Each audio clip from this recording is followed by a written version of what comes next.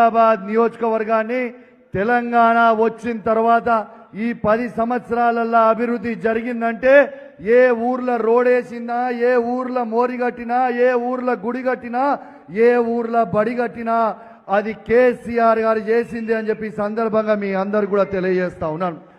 ప్రత్యేకంగా by elections లో కేసీఆర్ గారి నాయకత్వంలో ఆనాడు హరీష్ రావు గారు ఇక్కడ ఇన్ఛార్జ్ గా ఉండి ఎక్కడెక్కడైతే పనులు కాలేదో ఇవాళ మనం నడిచే ప్రతి రోడ్డు కేసీఆర్ గారి నాయకత్వంలో ఆనాడు హరీష్ రావు గారు వేయించింది అని చెప్పి సందర్భంగా తెలియజేస్తా ఉన్నాను. ఊర్లల్లా గుళ్ళు కట్టించింది ఆనాడు కేసీఆర్ గారి నాయకత్వంలో హరీష్ రావు గారే అని చెప్పక తప్పదని చెప్పి సందర్భంగా మీ అందరు కూడా తెలియజేస్తా ఉన్నాను. ఇవాళ ఈ ప్రభుత్వం వచ్చిన తర్వాత 2.5 సంవత్సరాలు అయితా ఉంది. ఎక్కడ కూడా 2 రూపాయలు ఇవ్వలే. కనీసము ఎమ్మెల్యేకి ఇచ్చే CDF ఫండ్ కూడా ఇవ్వకుండా ఇవాళ ఈ కాంగ్రెస్ ప్రభుత్వం ఇబ్బంది పెడుతూ ఇవాళ మన నియోజకవర్గంలో తట్టెడు మట్టి కూడా పోయింది ఈ కాంగ్రెస్ ప్రభుత్వం అని చెప్పక తప్పదని చెప్పి సందర్భంగా తెలియజేస్తా ఉన్నాను.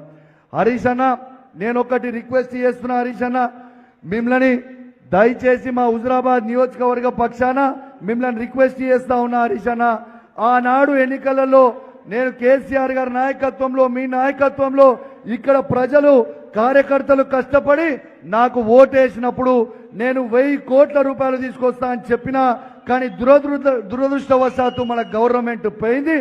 రేపు మళ్ళా అధికారంకి వచ్చిన తర్వాత 1000 కాదు 1001 తెస్తా, ఇది గ్యారెంటీగా చెప్తా ఉన్నాను. దీనికి హరీష్ అన్న సహకారంతో ఖచ్చితంగా తీసుకొచ్చే బాధ్యత నాది అని చెప్తా ఉన్నాను. ఎట్టు పరిస్థితిలో మాట ఇచ్చింది, మాట తప్పేది లేదు. రెండోది, అసలు పంట కొనుగోలు.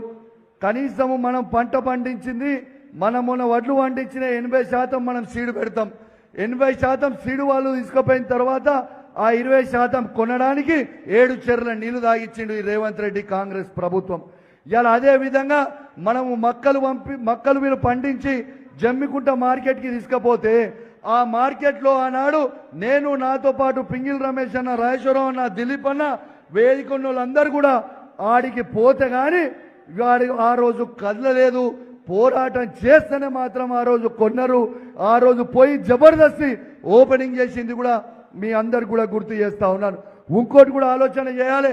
ఇలా యూరియా బస్తాలు నా హుజురాబాద్ నియోజకవర్గానికి ఇవ్వకపోవడం అనేది చాలా చాలా బాధాకరం. మూడో విషయం అన్నా, ఇలా కేసీఆర్ గారు దళిత బంధు అనే పథకం పైలట్ ప్రాజెక్ట్ గా తీసుకొని హుజురాబాద్ లో సాచురేషన్ మోడ్కి ఇస్తే 5000 మందికి 2వ విడత దళిత బంధు ఇవ్వకపోవడం అనేది చాలా చాలా బాధాకరం. అనేక సార్లు అసెంబ్లీలు అడిగినా ఇస్తామని చెప్తున్నారు, కానీ దున్నపోతు మీద నీళ్లు పోసినట్టుంటా ఉన్నారు. బిడ్డ, హెచ్చరిస్తా ఉన్నాను, మీకు కర్రగాసి వాత పెట్టే రోజు దగ్గర ఉంది ప్రతి దళితుడు అని చెప్పి ఈ సందర్భంగా రేవంత్ రెడ్డి గారిని హెచ్చరిస్తా ఉన్నాను.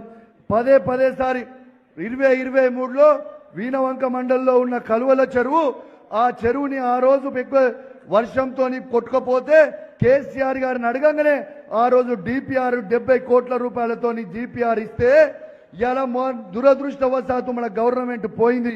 కానీ ఈ ప్రభుత్వాన్ని మొదటి అసెంబ్లీ సెషన్ నుంచి ఇయాలటి వారికి కలువల్ల ప్రాజెక్ట్ కట్టండి, మా వీణవంక మండలం, జమ్మికుంట మండలం రైతులకి లాభం అవుతుంది అని చెప్తా ఉంటే ఇప్పటిదాకా కట్టకపోవడం అనేది చాలా చాలా బాధాకరం.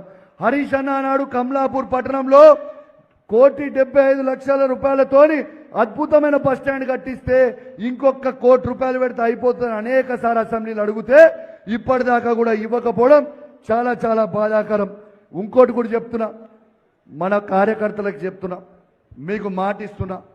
ఆనాడు కూడా మీకు మాట ఇచ్చిన, మైకు పట్టుకొని మీ ఎన్నికలలో ఖచ్చితంగా మీకు అండగా ఉంటా అని మాట ఇచ్చిన. ఇలా 107 గ్రామ పంచాయతీలో సర్పంచ్ చేసినప్పుడు ప్రతి కార్యకర్తకి నేను అండగా నిలుస్తున్నది కూడా మీ అందరు కూడా గుర్తు చేస్తా ఉన్నాను.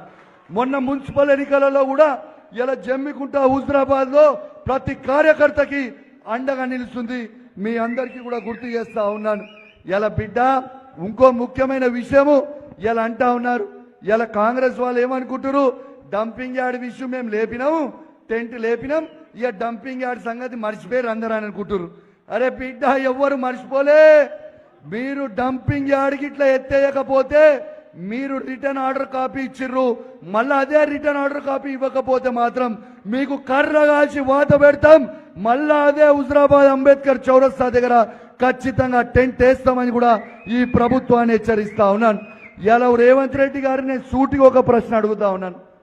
మా కేసీఆర్ నాయకత్వంలో ఆనాడు హరీష్ అన్న మా మునూర్ కాపు భవనం శాంక్షన్ చేసిండు, మా గౌడ సంఘంని శాంక్షన్ చేసిండు, మా పద్మశాలిలకి శాంక్షన్ చేసిండు, మా గొల్ల కురుమోళ్ళకి శాంక్షన్ చేసిండు, మా రజకులకి శాంక్షన్ చేసిండు, ఇలా విశ్వ బ్రాహ్మణులకు శాంక్షన్ చేసిండు, దళితులకి శాంక్షన్ చేసిండు. మా ఆత్మ గౌరవం పెరగాలని హుజరాబాద్ పట్టణంలో ఒక్కొక్క ఎకరం ఇచ్చి ఇలా శాంక్షన్ చేస్తే ఈ లంగలు ఇలా భవనాలని ఎందుకు క్యాన్సిల్ చేసిరో జవాబు చెప్పాలని చెప్పి నేను అడుగుతా ఉన్నాను రేవంత్ రెడ్డి గారిని. ఇలా మీరు ఎందుకు బంద్ చేస్తున్నారు?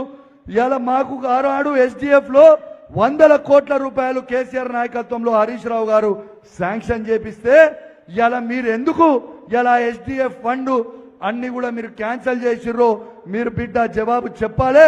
రాబోయే కాలంలో ఇంకా ఉధృతం చేస్తాం, ఎట్టు పరిస్థితిలో ఊకోం.